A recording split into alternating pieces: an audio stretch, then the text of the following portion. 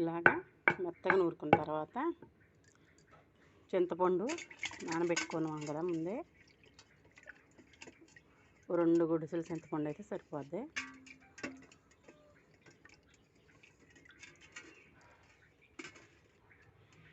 మెత్తగా నానబెట్టుకున్న చింతపండుని ఇత్తులు ఏమన్నా ఉంటే అందులో నలిగినప్పుడు పోతుందిలే, కానీ కనిపించింది కదా తీయాలి.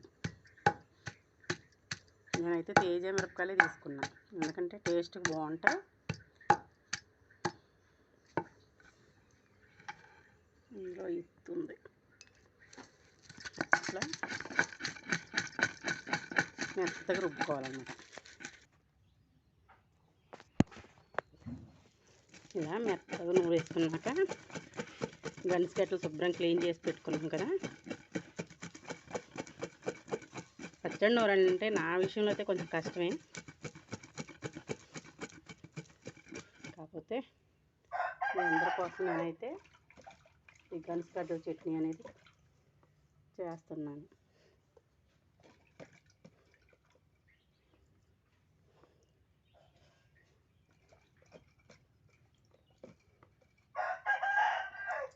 ఇలా మనం ఈ గడ్డకాగట్టు వేసుకుంటే చిందిపోతుంటాయి అన్నమాట.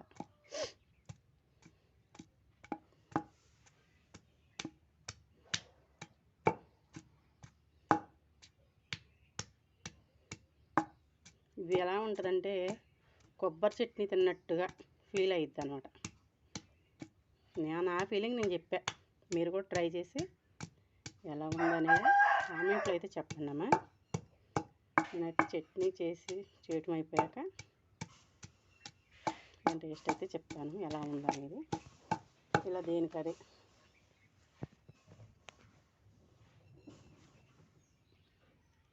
ఇలా మెత్తగా రుబ్బేసుకున్నాక ఒక చిన్న 1/2 స్పూను పసుపు వేసుకోవాలి. ఉప్పు సరిపోయిందిలే చూసుకుంటే సరిపోని వేసుకుంటే అయిపోయా.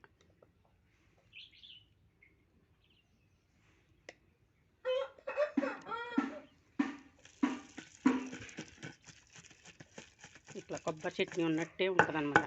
టేస్ట్ కూడా సూపర్ ఉంటుంది.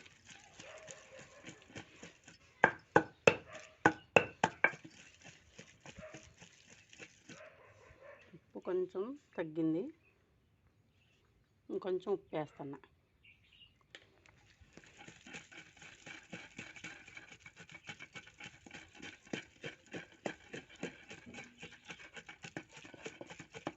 మెత్తగా రుబ్బుకోకూడదండి, మెత్తగా రుబ్బుకుంటే బాగోదు మళ్ళీ.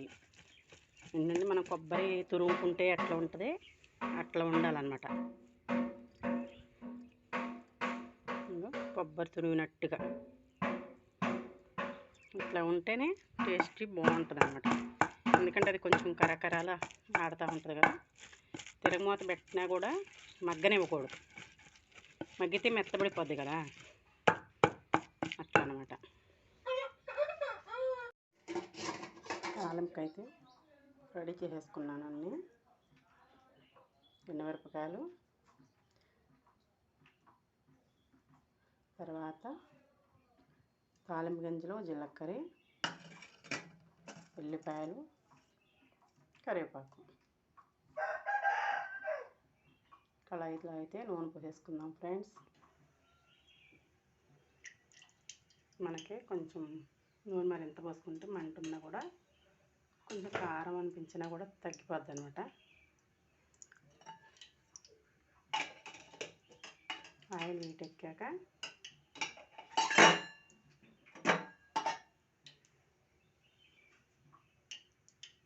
వీటి అలా చేశాను.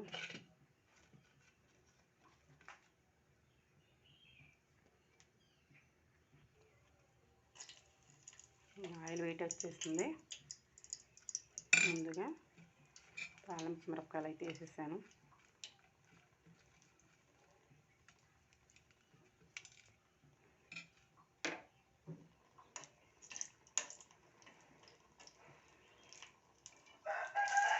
ఉల్లిపాయలు వేసాను. ఉల్లిపాయలు పచ్చివాసన కావాలి కదా, అందుకనే నేను ముందే వేస్తాను అన్నమాట. తాలింపు గింజలు వేస్తే ఏమవుతుందంటే ముందుగానే మాడిపోతుంది.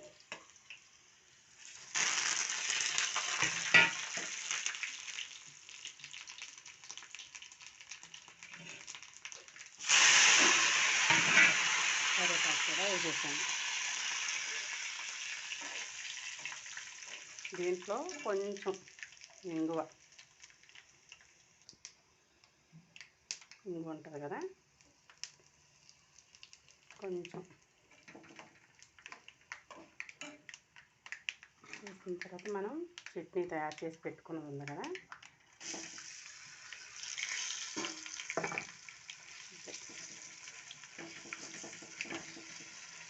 ఇది మగ్గనివ్వకూడదండి. తాలింపు వేసుకున్నాం కదా, ఇది దింపేసుకోవడమే. ఆ వేడి అనేది సరిపోద్ది అనమాట. పచ్చి వాసన రాదు. కొబ్బరి చట్నీ మాల మంచిగా అనిపిస్తుంది.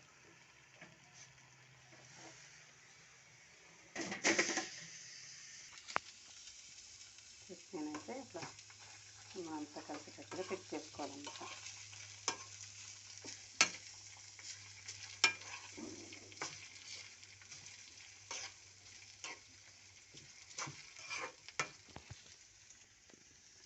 అంతేనండి, పనసగడ్డల చట్నీ రెడీ. టేస్ట్ ఎట్లా ఉందో చూసి చెప్పాలి.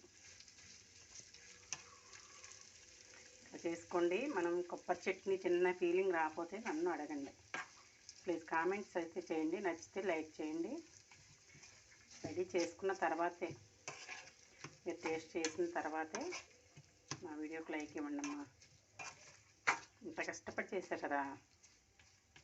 ఓకే, బాయ్ మరి.